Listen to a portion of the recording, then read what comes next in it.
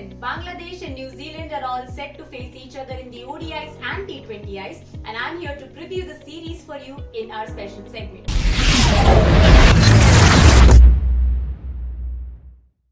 It's going to be a very special series for both the sides. Well, why do I say this? Well, because it's for the very first time that Bangladesh and New Zealand will face each other in a bilateral series. 3 T20Is will be played first, followed by 3 ODIs. The first T20I is scheduled to be played on 2nd of December, with the final and the third T20I to be played on 7th of December.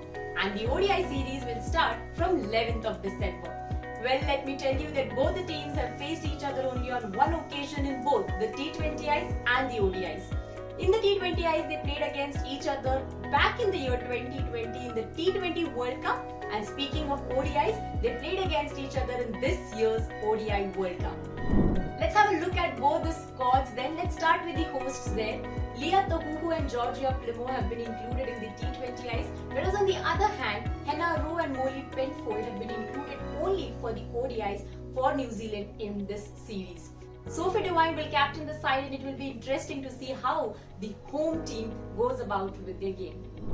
Let's have a look at the Bangladesh squad then, where Shamima Sultana, Shobana Mostri and Sholi Akhtar have not been included in the Bangladesh setup for the series, as Bangladesh has given a green signal to 4 uncapped players in their setup for the series. It's going to be a little extra special for Bangladesh because they are going to make their ICC Championship debut with this ODI series. And as we know that every point at the end matters, this is going to be a big assignment for the Nigar Sultana-led side. So let's know who are the players to watch out for in this series. Let's start with Fariha Trisna then. Well, just before the start of the Asia Cup, we were discussing that it will be interesting to see what all things she has to offer in the shortest format of the game, and she did prove herself by securing a hat-trick in the game against Malaysia and making her T20I debut in style. In this series, which is going to be an important one for Bangladesh, the team will definitely pin their hopes on Fariha Trisna. Well, next up we're going to talk about Jess McFadden. She was the part of the New Zealand squad for the series against England last year and in the Commonwealth Games as well, but did not get an opportunity to make her debut.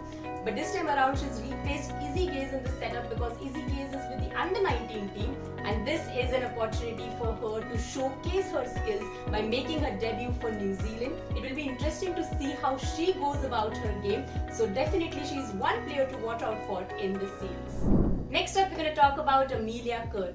Well, she's had a very good time in the recently concluded WBBL. She's had a good run with both the bat and the ball, and her team also reached the semi-finals there. So New Zealand would want that she continues her form in this series as well, and we know that she has the abilities to change the fortune of the game with both the bat and the ball. So let's see how she performs in this series. Well, of course, we will have to mention about Susie Bates and Sophie Devine here. Both of them are the most experienced players of this setup, and for this series, in this home conditions, their services will be very important for New Zealand, and let's see how they go in this series.